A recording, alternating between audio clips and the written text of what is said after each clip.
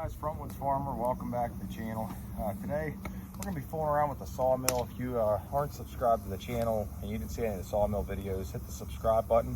I'll tell you a little bit about the mill. It's an HM130 Max. It's from Woodland Mills. Got a little fire. It's a cool November day.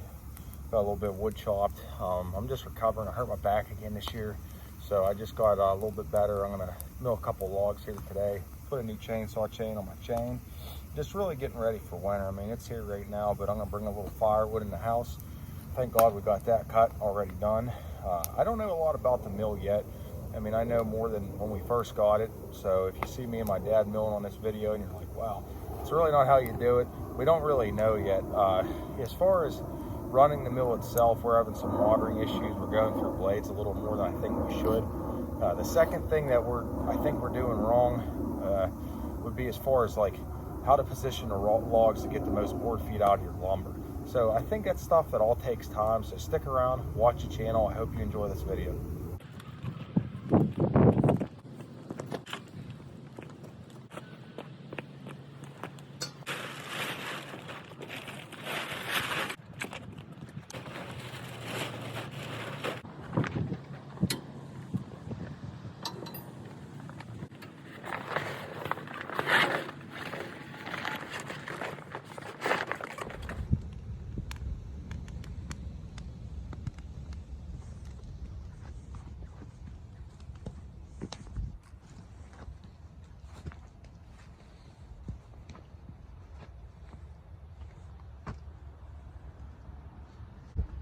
All right, so yesterday we got this cherry log up here, and again, we were trying to figure out what's the best way to mill this. This was a lot bigger of a log, so I think we ruined it and put it about 2.5 inches out of square there. So we're probably gonna take this out, trim this down to 2 to nothing or whatever the width of that is.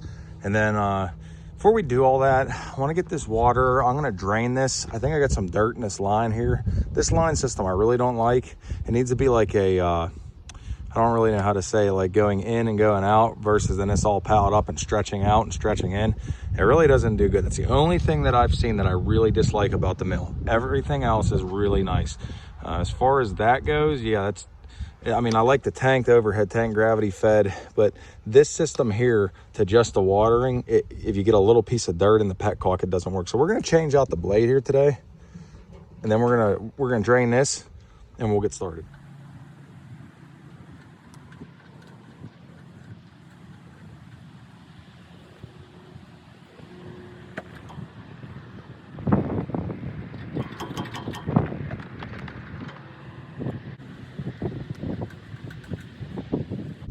All right, so what I noticed, like I said, this is all meant to come down with the head of the mill. We actually made that mistake once and we cut these lines short while we were milling. We're like, oh, why do you want all that extra slack? And yeah, we didn't have enough hose to bring the mill head down. So after reordering and learning that, what I just figured out here is when I hold this up, it seems to come out a lot better.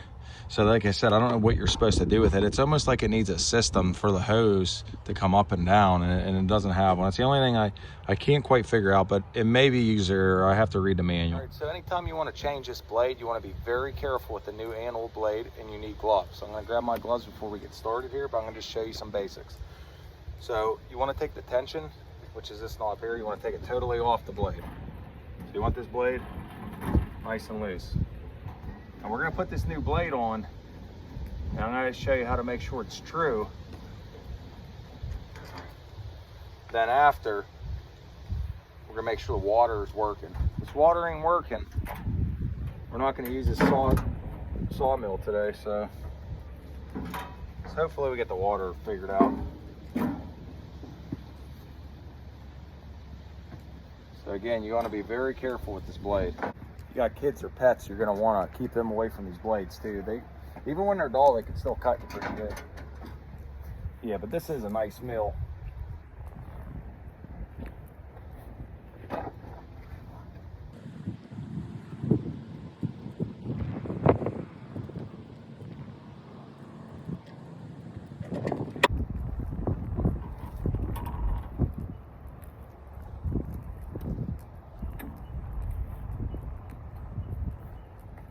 Still a little too much tension on that blade.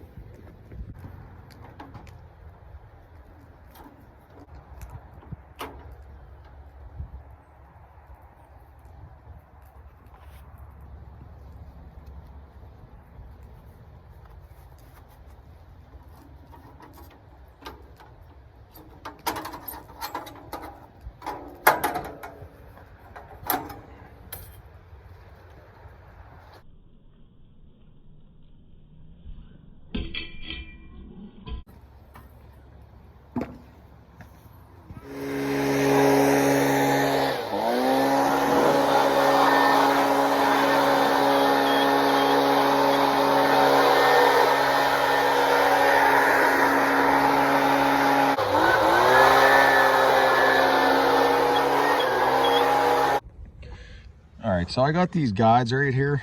I got them all cleaned out. Now, every time you install a new blade, you should set those. We'll check ours. And now that I got the water coming out a lot better, it's a nice slow steady drip, which it really shouldn't be doing that unless that throttle handle's on.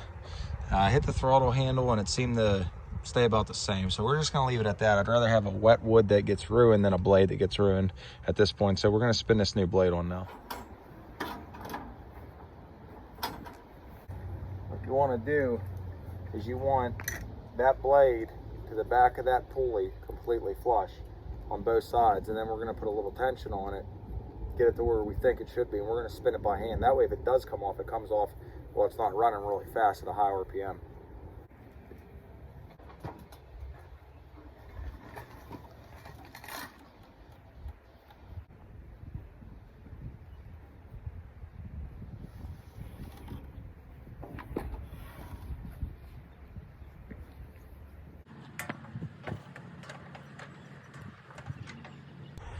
It even has a chart back here to show you what proper tension and no tension is. So this is when we're changing. And that right there is when we have proper tension. This collar, as you can see in the diagram, with no tension, that collar will be out. Proper tension, it's flush right here with the other collar. See, it's this one right here they're talking about, not the black one, the one in the middle. Should be flush with that one. So it could even go in a little bit. And then what you're gonna wanna do is come over here, and this is when you really wanna make sure you have some gloves on. This is when you wanna spin your mill. We always do it from behind. That way you have a guard right now, and then you spin it, and then that way if the blade does jump, it's not gonna hit you. You don't have any chance of hitting you. So you're gonna spin it.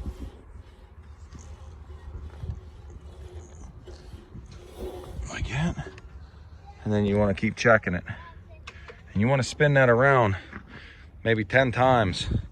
And then you know that the blade's set and it's true and it's not walking off of the pulleys. That's what you don't want. So let's get it closed up and try it out. Now, I don't know if you could see that, but that gap versus the top gap, you can't really see in there, but do you see that bottom gap? That should be about a matchbook from that blade. So we are gonna get our Allen key, and I'm gonna set that before I get started. So you wanna check your guides. Always wanna make sure those guides have a little bit of a space, but not too much like that to where that blade can walk.